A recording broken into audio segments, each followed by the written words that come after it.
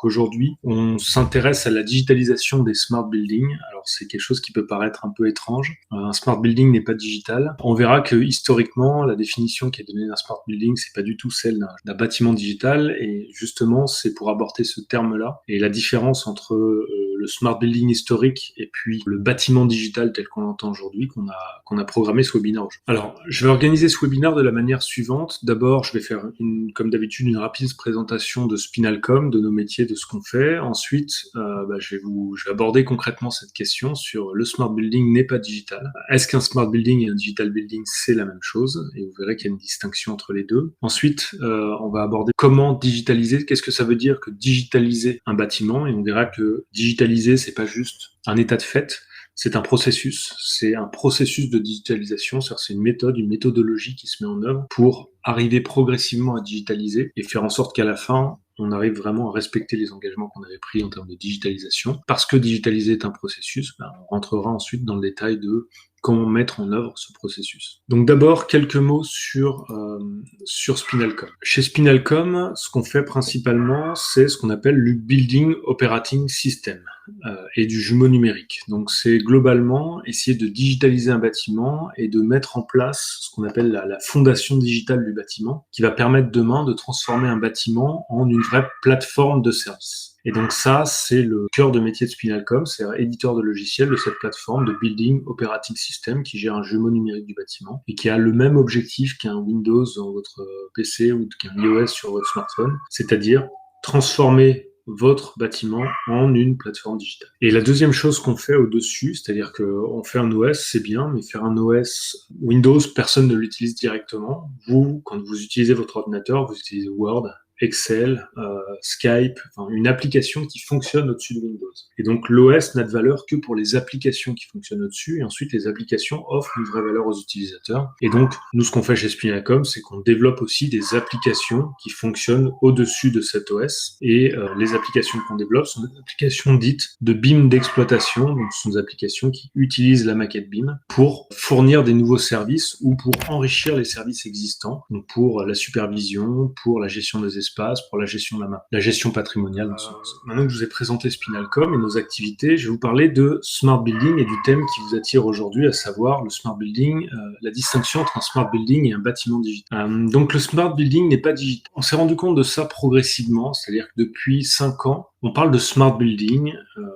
La thématique du Smart Building existe justement depuis plus longtemps, mais on va dire que quand on est arrivé dans ce monde-là, dans ce monde du bâtiment, on est arrivé avec une idée du smart building, quand on vient plutôt du monde digital, qui était la même que celle du smartphone. Or, il y a déjà une définition historique du smart building dans le monde du bâtiment qui malheureusement n'est pas associée réellement à ce qu'on entend par un smartphone. Et donc là, si j'ai essayé de vous mettre un petit peu les différentes définitions du smart building au cours du temps. Historiquement, un smart building, c'était plutôt associé à la capacité à installer dans le bâtiment des systèmes de gestion technique de bâtiment. Entre guillemets, un smart building était plutôt associé à un bâtiment automatisé. Parce qu'on mettait en place des systèmes automatisés dans le bâtiment, alors on était smart. Et souvent, on qualifiait son smart building, ce qui nous permet de dire le bâtiment est smart, c'était le nombre de capteurs, le nombre d'objets connectés, le nombre d'actionneurs qu'on mettait à l'intérieur du bâtiment. Et donc, un bâtiment intelligent était associé au nombre de capteurs qu'on mettait dans le bâtiment. Donc, globalement, plus vous mettez de capteurs, plus on est intelligent. Alors, ça, c'est une partie de la vérité. Mais par contre, la définition a bougé au cours du temps. Pourquoi ? Parce que de plus en plus, la définition du smart building a évolué vers une définition actuelle qui est plutôt un bâtiment digital ou un bâtiment smart, c'est un bâtiment qui est capable de fournir des services. Et un grand nombre de services. Et donc là, ça fait changer un petit peu la définition du smart building, puisqu'au lieu de se concentrer sur équiper au maximum le bâtiment de capteurs, en mettre toujours plus, quitte à mettre 2 fois ou 3 fois des capteurs de température dans chaque salle, parce que j'ai un système qui utilise un capteur, mais qui n'est pas compatible avec l'autre système. On observe le bâtiment plutôt côté service à l'occupant, service à la personne, service aux différentes parties prenantes. Et donc là, l'objectif, c'est qu'un bâtiment fournisse de plus en plus de services. Il y a des services qui ont besoin de capteurs et d'autres qui n'ont pas besoin de capteurs, typiquement. Donc on sent bien que cette nouvelle définition n'est pas complètement liée à l'ajout de capteurs. Bien sûr, plus on a de capteurs, plus on est capable de sentir, plus on peut devenir intelligent. Mais c'est pas parce qu'on a des capteurs qu'on est intelligent. Si on a des capteurs mais qu'on n'est pas capable de traiter la donnée, de comprendre la donnée, d'en extraire du sens pour fournir un service, alors on ne répond pas à la définition actuelle du bâtiment intelligent. Et donc, si on regarde un petit peu les systèmes de GTB, les systèmes de GTB mettent en place des tonnes de capteurs qui servent historiquement à un seul service, la supervision technique. Donc, 1000 capteurs, un service. Ça, c'est pas un bâtiment intelligent. Si j'arrivais à faire 1000 services avec un seul capteur, je serais potentiellement plus intelligent suivant la deuxième définition. Et donc là, on voit bien qu'on a une évolution du bâtiment. Et là, c'est plus la définition du bâtiment digital. Un bâtiment digital, c'est un bâtiment qui est capable d'offrir des services digitaux. Et puis, il y a même l'évolution, on va dire, future du système intelligent. Je vous ai mis Turing entre parenthèses. En gros, c'est le test de Turing. En gros, la définition d'un système intelligent, c'est vous dire, en gros, un système où un ordinateur est intelligent, quand si je lui pose une question et qu'il me répond, je ne suis pas capable de distinguer la réponse dans sa réponse si c'est un humain ou si c'est un ordinateur qui me répond. Et là, on pourrait complètement arriver vers cette dernière définition qui est globalement un bâtiment intelligent, c'est un bâtiment auquel on peut poser des questions sur son état, et il est capable de nous répondre avec une réponse cohérente. Et donc là, c'est vraiment l'étape finale à laquelle on souhaite arriver, qui est que globalement, quelle que soit la question qu'on pose au bâtiment sur son état, son fonctionnement, son usage, etc., il puisse nous donner une réponse qui soit intelligible et compréhensible. Et donc là, on arrive sur des thématiques qui sont celles de l'API du bâtiment, celles de en gros, l'ensemble du chatbot du bâtiment, parler au bâtiment, en fait. Mais on comprend bien qu'en plus, c'est une définition qui est assez intéressante parce que on peut pas répondre si on n'a pas l'ensemble des données et si on n'est pas capable d'extraire du sens de ces données. Et finalement, dans cette dernière définition, ça veut dire que pour avoir les données, il faut avoir des objets connectés qui récupèrent les données. Et pour extraire du sens et fournir une réponse, il faut être capable de comprendre ces données, de les croiser, d'en extraire du sens pour fournir une réponse cohérente. Autrement dit, cette dernière définition, la première définition historique, celle du smart building qui est plutôt associée à je mets en place un système GTB, elle était vraiment centrée sur les équipements que je place, les capteurs, les actionneurs, les équipements que je mets. La deuxième, elle est centrée sur les services. La troisième, elle est vraiment centrée sur l'intelligence, sur la capacité à répondre à n'importe quelle question, donc à fournir n'importe quel service. L'objectif de mettre un OS dans le bâtiment, c'est non seulement de répondre à la deuxième définition, la définition actuelle, être capable de fournir des tonnes de services, mais d'être capable d'évoluer vers la définition, entre guillemets, ultime du bâtiment intelligent. Et donc, c'est là-dessus, c'est ces sujets qu'on voulait aborder aujourd'hui. Et donc, quand on dit le smart building est-il digital, concrètement, aujourd'hui, la définition du smart building, c'est encore un petit peu la définition historique. Concrètement, ça ne correspond pas à la définition d'un bâtiment digital. Et donc là, on change complètement de paradigme aujourd'hui. Et on vous dit, maintenant, un bâtiment digital, c'est un bâtiment qui offre des tonnes de services. Donc c'est un bâtiment qui est capable de gérer les données qui viennent des capteurs, qui est capable de les structurer, de les comprendre, de les coupler avec des données qui ne viennent pas de capteurs, la maquette BIM, la documentation, les systèmes de tickets, les systèmes de réservation, d'extraire du sens de ces données et d'offrir une API, d'offrir un moyen de développer facilement des applications digitales là-dessus. Et donc ce qu'on fait chez Spinalcom, c'est évidemment de répondre au moins à cette deuxième définition, à cette nouvelle définition, sur la définition du bâtiment digital. Comment ça se traduit, ça, d'un point de vue visuel, si vous préférez? On arrive un peu dans un schéma qu'on avait déjà présenté, mais qu'on peut retravailler sur, historiquement, un bâtiment, c'est un bâtiment qui offrait des services. Après tout, la supervision technique est un service. La GMAO et la gestion de la maintenance est un service, la réservation de salle de réunion est un service. Mais pour chacun de ces services, il fallait potentiellement déployer un stack complet, donc un vertical complet. Je mettais pour la GTB des capteurs particuliers, un réseau particulier, une description du bâtiment particulière, et donc j'arrivais enfin à fournir un service. L'évolution qui est en train de se passer grâce à la SBA, notamment avec le R2S, c'est de se dire, mais pourquoi je suis obligé de mettre un réseau particulier? Est-ce que tout le monde ne pourrait pas d'être connecté simplement à un réseau IP, c'est-à-dire un réseau standard unique sur le bâtiment. Et puis, j'ouvre des API, donc je suis capable d'écrire comment je vais parler sur ce réseau. Donc ça, c'est déjà une étape très intéressante parce qu'au moins, on est capable de mutualiser une couche de communication. Il n'empêche que développer un service, c'est quand même complexe là-dessus parce qu'il faut toujours décrire le bâtiment. C'est pas parce que je sais me connecter à un capteur, à un actionneur ou à un équipement du bâtiment que je sais décrire le bâtiment correctement et que je peux fournir le service. Donc pour fournir un service, il faut toujours avoir une description du bâtiment, étage, local, zone, puis ensuite me connecter à un capteur potentiellement pour savoir quel est l'état de la pièce, pour pouvoir ensuite dire elle est disponible ou elle n'est pas disponible. Ce qu'on vous propose, c'est d'aller vraiment vers l'étape finale dans laquelle on a non seulement mutualisé la manière dont on allait communiquer sur le réseau, mais on a aussi mutualisé ce qu'on appelle des référentiels de description du bâtiment. Et donc on a une description, un bâtiment qui est décrit, et on a complètement découplé la partie équipement, donc je suis capable de poser un nouvel équipement, de la partie logique, de la partie applicative, dans laquelle je suis capable de développer une nouvelle application. Autrement dit, vous avez des tonnes d'équipements, quelle que soit l'application qui est ici, elle peut utiliser l'équipement et utiliser et comprendre la description du bâtiment. Et développer une application, ça revient qu'à développer l'application spécifique et on n'a plus besoin de développer le réseau qui va avec et la description du bâtiment qui va avec. Tout ça, c'est déjà fourni par le bâtiment. Donc le bâtiment est plus intelligent. Alors, une fois qu'on a défini ce que c'était qu'un bâtiment digital, c'est-à-dire un bâtiment qui finalement peut évoluer d'un point de vue digital sans qu'on le fasse évoluer d'un point de vue physique. Donc c'est un bâtiment qui a une espèce d'infrastructure digitale de bâtiment qui est composée de son réseau et de certaines données qui sont communes à tout le monde, ce qu'on appelle ce référentiel de description du bâtiment, par exemple. Ben là, on sent bien qu'on est capable de faire évoluer le bâtiment d'un point de vue logique, donc lui rajouter une application, sans avoir besoin de rajouter un capteur. Si le capteur de température est déjà là et que j'ai 5 applications qui veulent l'utiliser, il est ouvert, il est déjà là et je sais comment y accéder parce que j'ai une bonne description du bâtiment. Donc maintenant qu'on a exprimé ce que c'était qu'un bâtiment digital, et je vous ai donné un petit schéma, pour ça, ce qu'on peut faire, c'est expliquer ce que ça veut dire maintenant digitaliser et comment on peut faire pour digitaliser. Et donc là, on a essayé de résumer un petit peu ce que ça voulait dire digitaliser, parce que finalement, on se rend compte que c'est pas forcément, enfin, digitaliser, ça veut tout et rien dire, et c'est pas forcément quelque chose qui est bien compris. C'est assez normal, je veux dire, c'est compris par des gens qui baignent dans l'IT depuis 10, 15, 20 ans. C'est pas forcément compris par des gens dont le métier c'est de faire du bâtiment et qui n'avaient pas forcément cette habitude et qui n'ont pas forcément le jargon non plus. Dans l'IT, on a un jargon particulier, on parle d'API management, d'API gateway, de data management, etc. Dans le bâtiment, on va vous parler de GTB, de GTC, de GMAO, etc. Je pense que les gens de l'IT ont du mal à comprendre le jargon du bâtiment. Les gens du bâtiment ont du mal à comprendre le jargon de l'IT.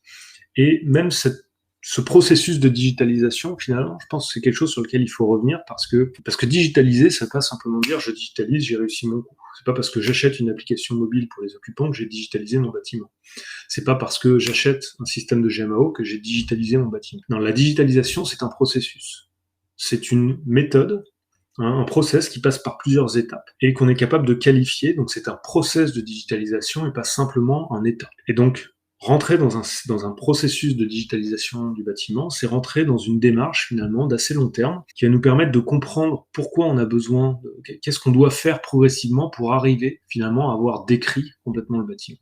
Et donc cette pyramide là, c'est une genre de pyramide de Maslow sur la digitalisation. On a essayé d'exprimer par cette pyramide quelles sont les étapes à franchir pour vraiment arriver à une vraie digitalisation de son patrimoine. Et en fait, vous verrez que cet état, il commence par une première chose. Si je veux digitaliser, la première chose que je dois savoir faire, c'est décrire, connaître, savoir. Entre guillemets, décrire mon patrimoine. La première chose que je dois faire si je dois digitaliser un bâtiment, c'est décrire, d'un point de vue digital, ce bâtiment. Là, on voit qu'il y a une chose qui est très intéressante, c'est que le BIM, quand on fait du smart building, alors que le smart building, c'était de la GTB hier, aujourd'hui, on voit bien qu'il y a le BIM qui arrive et qui perturbe tout ça. On sent bien que le BIM, c'est quelque chose qui a une importance capitale dans la digitalisation du bâtiment, mais qui n'est pas tout à fait associé à la GTB, qui était le seul outil, entre guillemets, smart d'hier sur le bâtiment. Et finalement, si on regarde cette pyramide, le BIM, ça correspond à la couche basse. À la couche, je suis capable de décrire, de connaître mon bâtiment. Et donc, j'ai enfin un outil qui me permet d'avoir une base de données exceptionnelle de description du bâtiment. La deuxième couche, c'est accéder, partager, voir. Le BIM, c'est bien, mais si je peux en plus partager toute la connaissance, être capable non pas d'avoir un fichier BIM que je transmets, d'avoir une base de données qui reprend toute la maquette, et d'être capable de partager les données, et que chacun me demande quelque chose sur mon bâtiment, par exemple. Demain, j'aimerais bien savoir, en une demande auprès du bâtiment, combien il y a d'étages, combien il y a de pièces, quel est le nombre de salles de réunion. Et typiquement, aujourd'hui, pour le faire, je suis obligé de vous donner une maquette BIM, vous devrez ouvrir un viewer et puis le comprendre vous-même. Demain, quand on a mis en place une maquette BIM non plus dans un fichier mais dans une base de données, qu'on est capable de le partager via des API, on va avoir un système de requête qui me dit combien j'ai d'étages, ça répond à la question combien j'ai d'étages. Combien j'ai de pièces, ça me répond à la question combien j'ai de pièces. Combien j'ai de salles de réunion, ça me répond à la question combien j'ai de salles de réunion.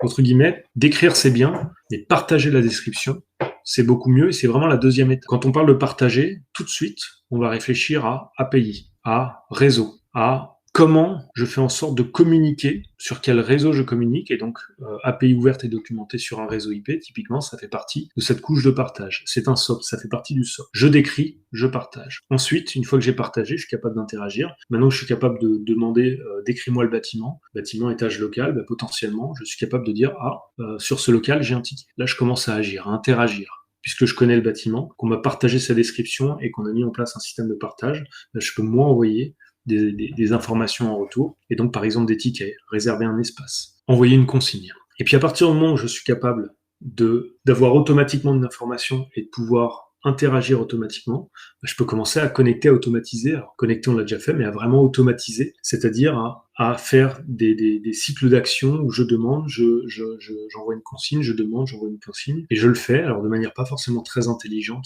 au début, et puis ensuite je peux évoluer vers la 5e étape qui est, maintenant que je sais décrire, j'ai une connaissance de mon patrimoine, que je sais communiquer avec mon patrimoine, que je sais agir et que je sais automatiser une action, peut-être que je peux devenir beaucoup plus intelligent et donc commencer à connecter des systèmes de machine learning qui vont utiliser toutes les données de connaissance du patrimoine pour pouvoir prendre des décisions et agir de manière très intelligente. Et donc là, si on arrive à cette 5e étape, on est au bout de l'étape de digitalisation, c'est-à-dire qu'on arrive à un système qui est vraiment intelligent. Alors comment ça se traduit sur le bâtiment et qu'est-ce que ça a comme impact vis-à-vis de ce qui se faisait historiquement sur le bâtiment? Si je reprends le schéma que je vous ai présenté avant, pour globalement, quand on entrait dans un processus d'automatisation du bâtiment, en gros, on disait qu'un bâtiment était plus intelligent parce que je rajoutais des systèmes. Autrement dit, j'avais un système avec plein de capteurs, un réseau, une description et une application.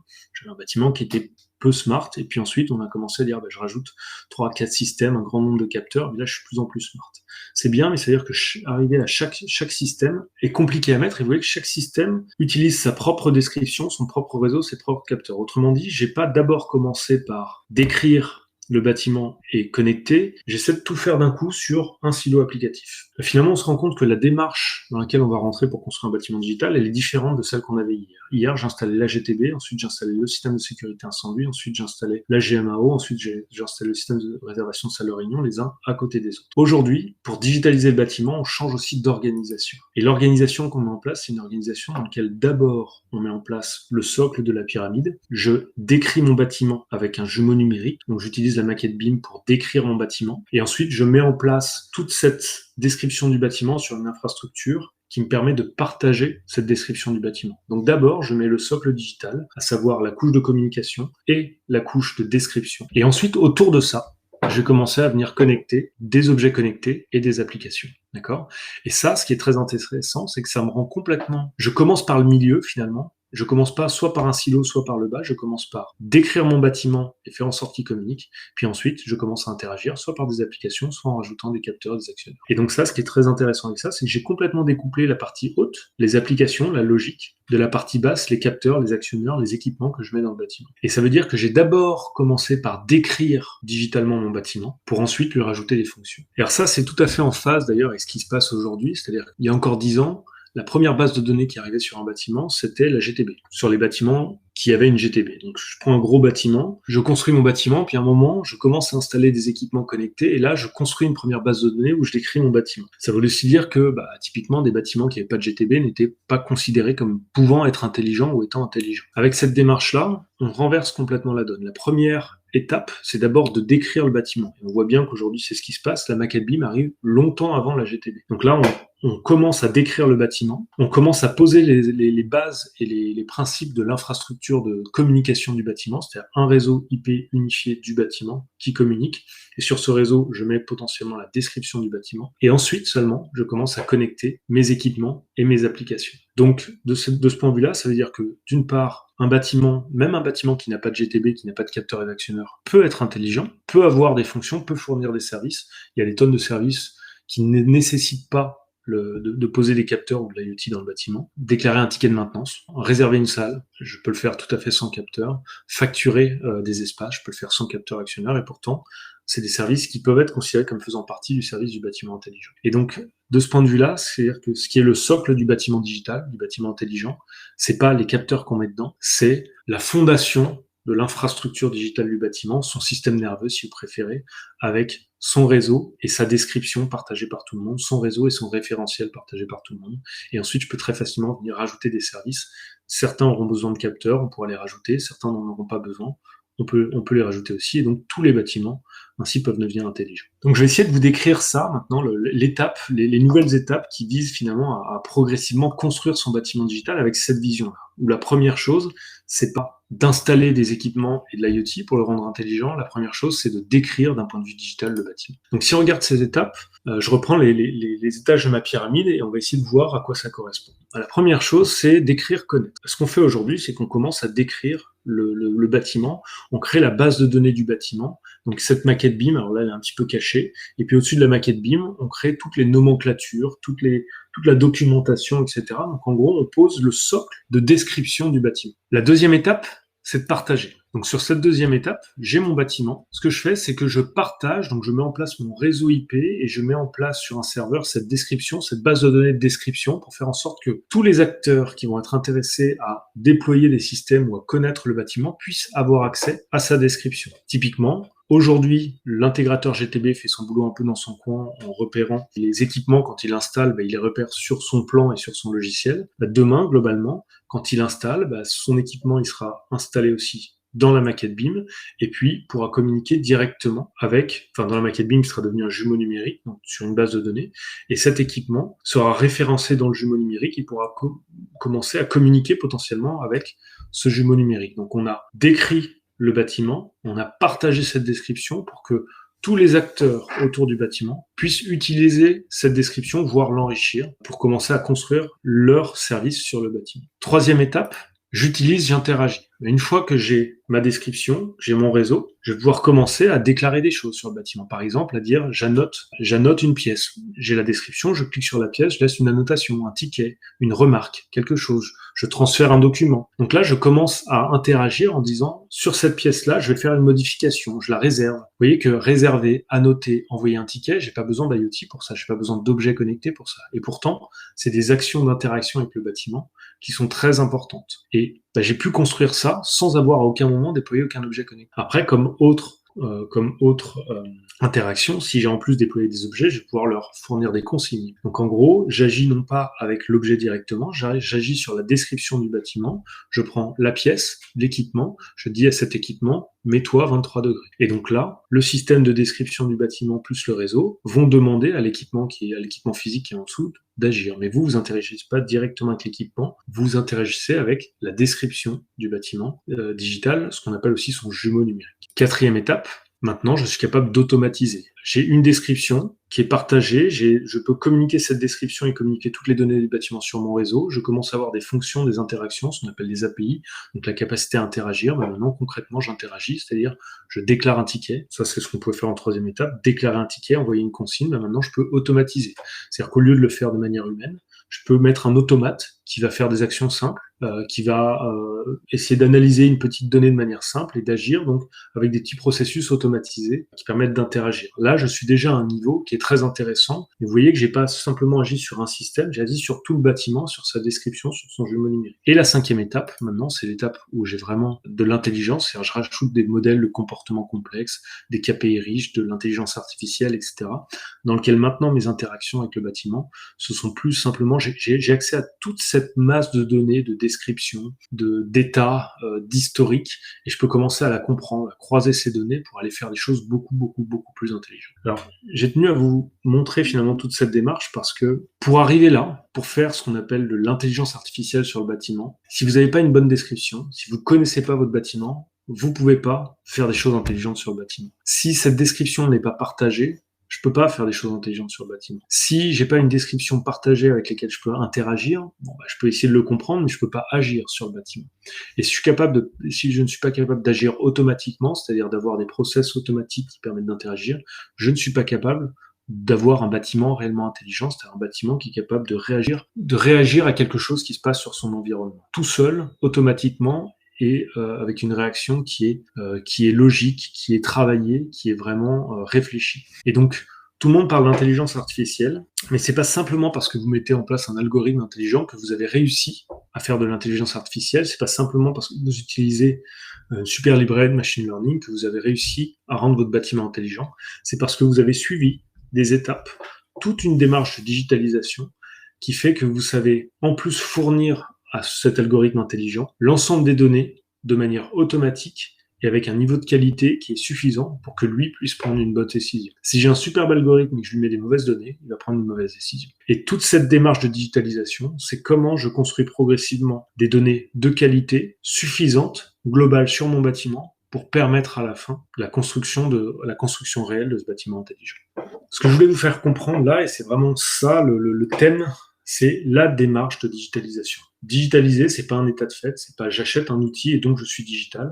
C'est vraiment une démarche complète qui vise à digitaliser toutes les étapes du cycle de vie du bâtiment, sa description, son partage, ses interactions, et d'automatiser tout ça pour ensuite le rendre intelligent. Et ça, c'est important parce que ça veut dire que il faut prendre en compte ça assez rapidement dans un projet bâtiment pour faire en sorte qu'on arrive à passer toutes ces étapes et à fournir un bâtiment qui soit vraiment digital à la fin. Et donc, c'est la dernière étape de ce que je voulais vous proposer. Là, je vous ai dit, en gros, on a partagé ce que voulait dire digitaliser un bâtiment. Je vous ai montré un peu quelles étaient les étapes à suivre, et cette pyramide, en fait, comment je construis progressivement ma pyramide digitale pour arriver au résultat attendu. Maintenant, quel est le process à mettre en œuvre, comment on organise les équipes pour faire en sorte que ça se soit réellement réalisé. Et finalement, c'est pas anodin parce que quand vous faites du BIM, par exemple, le BIM, ça veut en même temps dire Building Information Model, donc c'est le modèle de données descriptif du bâtiment. Le BIM, vous l'associez à des outils, à des logiciels, par exemple Revit, qui est l'outil qui vous permet de construire ce modèle de données. Mais le BIM, c'est aussi le Building Information Modeling,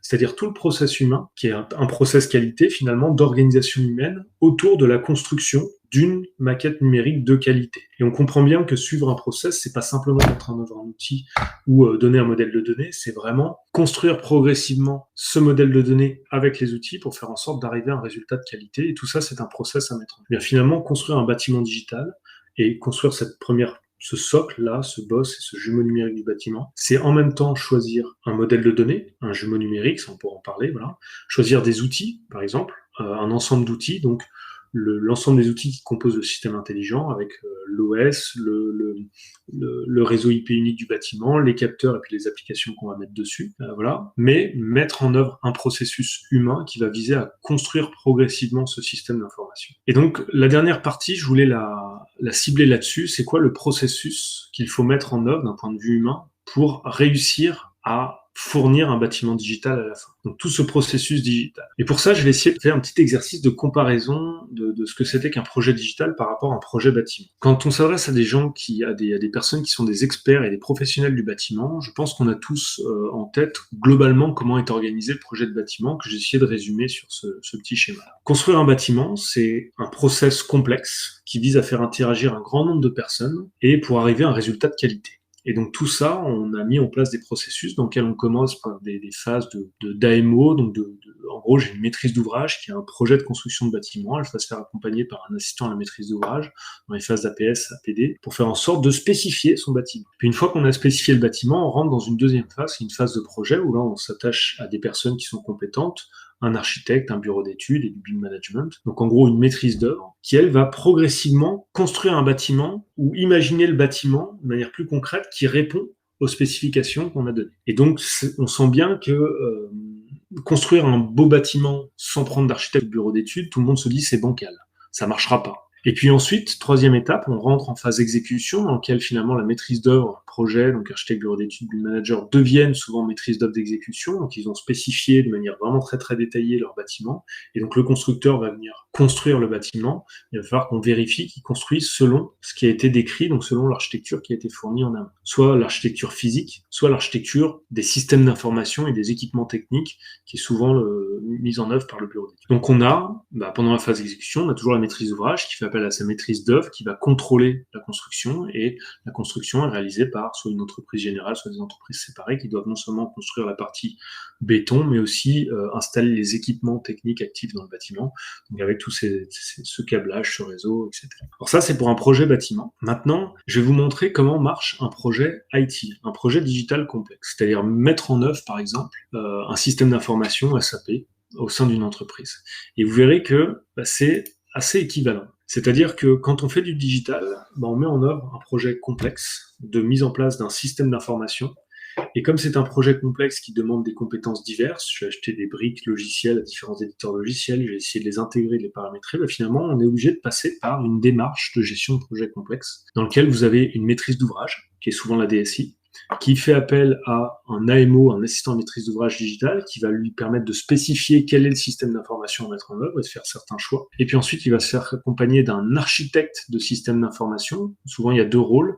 Il y a l'architecte du système d'information, comment tel module communique avec celui-ci, et puis il y a l'architecte de base de données. Dans le bâtiment, je l'appelle BIM Data Manager. C'est comment je structure la base de données et j'organise les données pour faire en sorte que à la fin, ce soit fonctionnel. Et donc, ça, c'est les architectes de systèmes d'information. Et puis, à la fin, il faut le mettre en œuvre. Donc, ces architectes deviennent souvent maîtrises d'œuvre, IT, et encadrent le travail de ceux qui vont réaliser concrètement l'intégration du système d'information. Donc là, on n'a pas de constructeur, on n'a que des intégrateurs. Et on doit bien acheter du matériel, installer des réseaux potentiellement, et on va acheter des logiciels et faire en sorte que l'ensemble de ces logiciels communiquent ensemble, donc construire brique à brique notre système d'information. Ce qui est très intéressant là, c'est qu'il y a un parallèle complet entre la démarche de construction d'un projet digital et la démarche de construction d'un bâtiment. Et comme construire un bâtiment digital, c'est construire un bâtiment digital, c'est en même temps mettre en face des compétences de construction de bâtiments et des compétences de construction de systèmes d'information digital, eh bien finalement, on voit que c'est pas si compliqué que ça. C'est pas si compliqué que ça, parce que bien sûr, il faut au sein des gens qui font plutôt du bâtiment, il faut essayer d'accueillir des nouvelles compétences qui sont les compétences digitales, et essayer d'échanger avec eux. Et c'est peut-être là où on voit bien qu'il y a un jargon bleu, un jargon jaune, et qu'il faut essayer de se comprendre. Mais par contre, l'organisation des deux projets, le digital s'est complètement inspiré du bâtiment pour organiser ses projets. On parle de maîtrise d'œuvre, de maîtrise d'ouvrage, d'AMO, d'architecte, d'intégrateur, et ils arrivent à peu près au même moment. Et donc, je voulais en arriver vraiment au fait que si vous voulez vraiment concrètement mettre en œuvre un projet de bâtiment digital, il va falloir organiser le projet bâtiment digital en couplant le projet bâtiment avec le projet digital, et bien sûr faire appel aux mêmes compétences, aux bonnes compétences au bon endroit. Et de la même manière que vous n'envisagez pas de construire un bâtiment sans faire appel à un architecte, dans le monde du digital, c'est inenvisageable de construire un système digital un peu complexe, le bâtiment digital en est un, sans faire appel à un architecte digital. Et pourtant, c'est ce qu'on peut voir parfois dans les bâtiments où on pense que parce que j'achète cette solution ou cette application mobile, ça y est, je suis digital. Non, en fait, vous n'avez pas mis en œuvre quelque chose de complet, et au final, vous aurez quelque chose qui sera bancal, qui fonctionnera peut-être 1 an, 2 ans, et puis après, ça arrêtera de fonctionner parce que, globalement, l'architecture digitale sera bancale. Et donc là-dessus, finalement, ce que je trouve assez intéressant, c'est qu'il y a vraiment une correspondance complète entre les métiers, et que ce qu'on voit arriver d'ailleurs de plus en plus, c'est des points communs et c'est des liens entre certaines entreprises. Et j'ai essayé de les représenter, ces liens, par certaines briques où on voit que la maîtrise d'ouvrage du bâtiment digital, c'est un couplage entre la maîtrise d'ouvrage bâtiment et la maîtrise d'ouvrage digital, la DSI. Et on voit très clairement que les DSI ont de plus en plus de poids dans le choix de certains équipements actifs, certains équipements qui fournissent de la donnée au moment de la conception d'un projet de bâtiment. Ça, on le voit apparaître à peu près partout, et ça se comprend très très bien vis-à-vis de ce schéma-là. On voit que les AMO digitaux sont soit des gens qui viennent du bâtiment et qui essaient d'avoir des compétences digitales, soit des gens qui viennent du digital et qui commencent à comprendre le bâtiment, soit un lien entre les deux, et peut-être un couplage ou une association entre deux entreprises. Pareil pour les bureaux d'études et les maîtrises d'œuvre. Alors j'ai mis l'architecte IT au même niveau que le bureau d'études, parce que c'est souvent le bureau d'études qui met en place qui design ou qui spécifie la GTB, on va dire. Voilà. Et donc, qui spécifie tous ces réseaux et ces équipements actifs dans le bâtiment. Et donc, il a à peu près le même rôle que les architectes IT. Et de la même manière, le BIM manager, en s'en rendant compte ou pas forcément, il fait pas qu'un beau dessin ou qu'un plan. Au fait, il est en train de construire une base de données. Et donc, ce qui est intéressant, c'est de la construire en ayant en tête que cette base de données pourra être utilisée en exploitation, pourra être utilisée pour autre chose. Et donc, ça transforme un tout petit peu la manière dont on va créer sa maquette BIM, et on comprend pourquoi, quand on a cette approche-là, pourquoi on essaye de faire un petit peu de qualité sur la maquette BIM en termes de convention de nommage, en termes une porte n'est pas une fenêtre, donc je la mets bien dans la bonne catégorie, etc. Parce que la base de données est importante, et c'est elle qui va servir après. Et puis des regroupements après sur les intégrateurs, on voit qu'il y a des rapprochements entre des intégrateurs GTB et puis des SS2I, voilà, et que tout ce milieu-là, finalement, on va commencer à construire l'ESN du bâtiment digital, et que ça commence à se former, et en tout cas, c'est quelque chose auquel on croit pas mal, nous, qu'il y aura vraiment des rapprochements entre ces compétences pour vraiment arriver à faire un bâtiment digital. Si j'essaie de résumer, et puis après je pense que j'aurai fini d'ici 5-10 minutes après, donc n'hésitez pas à poser vos questions. Je vois qu'il y en a certaines là, mais si vous en avez d'autres, n'hésitez pas. Globalement, comment ça se traduit concrètement sur le terrain? Ça veut dire que hier, quand on construisait un bâtiment, il fallait qu'on choisisse des équipements actifs, des systèmes actifs, de la GTB, du système de sécurité incendie. Il fallait qu'on mette en œuvre, il faut d'ailleurs qu'on mette en œuvre des sources de données. Donc, ce qu'on commence à faire en général, c'est on commence par créer une maquette BIM, c'est la première étape, d'ailleurs, elle va évoluer sur toute la phase de conception-construction. Puis ensuite, à un moment, on va spécifier, puis on commence à intégrer la GTB, ça arrive à peu près 1 an avant la fin de la construction du bâtiment. On met en place les systèmes d'énergie management, et puis, ça c'est ce que j'ai mis en bleu foncé.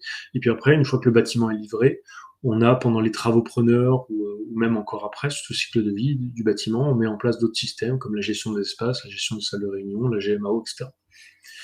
Bon, hier, concrètement, on mettait déjà en place ces systèmes dans le bâtiment. Donc, en gros, toutes ces sources de données, c'était déjà mis en place. Là, on n'a rien inventé de nouveau. Par contre, c'était mis en place d'une manière qui était complètement silotée. Chacun fait son métier dans son coin et finalement, je regarde peu ce que fait l'autre.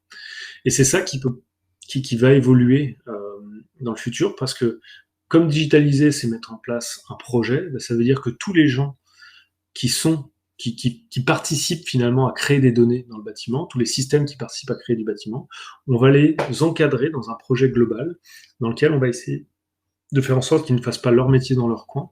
On va essayer de faire en sorte qu'ils fassent leur métier chapeauté par l'organisation d'un projet digital.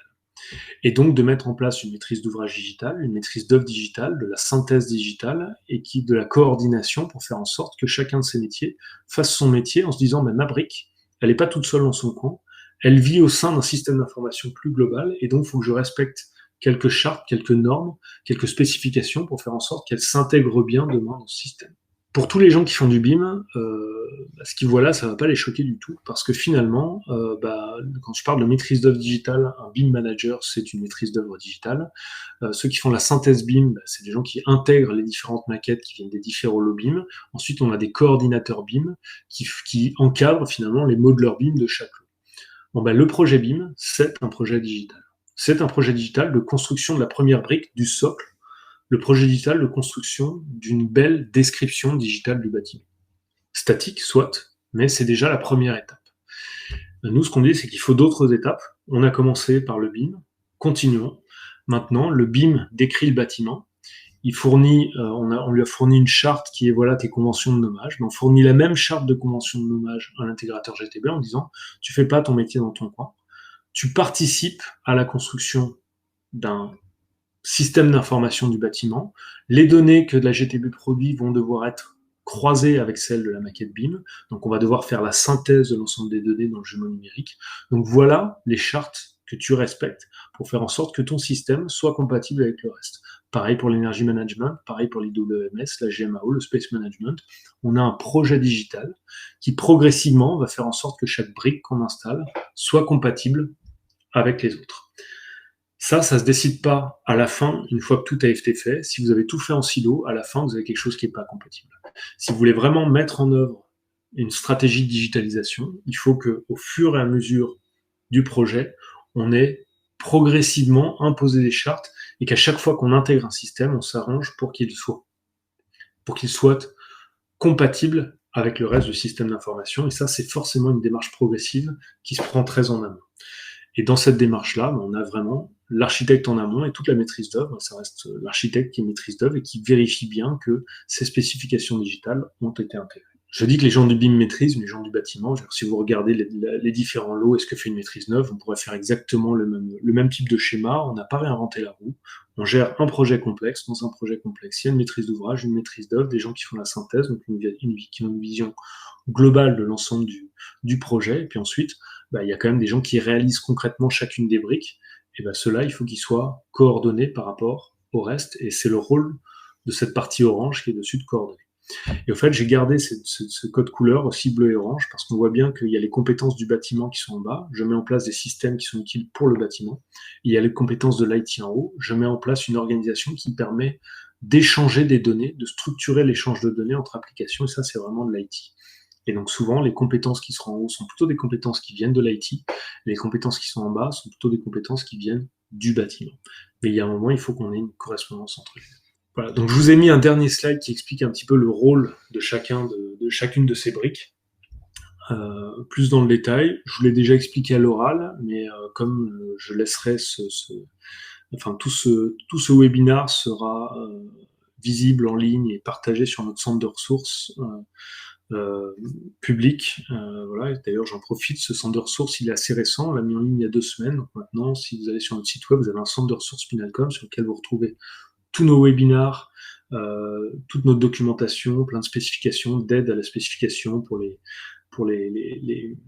AMO, pour les architectes, etc. Et puis même un grand nombre de centres de ressources pour les intégrateurs et développeurs. Voilà, tout ça, vous allez le retrouver. Donc, je profite pour mettre ce dernier slide qui explique vraiment à l'écrit concrètement le rôle de chacune de ces entités finalement dans le projet digital complet. Donc je pense que j'ai tenu pour une fois, ça fait 45 minutes. Je vous remercie beaucoup d'avoir assisté à ce webinaire. Ce webinaire sera mis en ligne, disponible sur le centre de ressources de Spinalcom. Si vous avez d'autres questions, n'hésitez pas à nous contacter, soit par mail, soit par téléphone. On se fera un plaisir de vous répondre. En tout cas, j'espère qu'il aura été utile dans votre compréhension de ce qu'est une démarche de digitalisation. Merci beaucoup.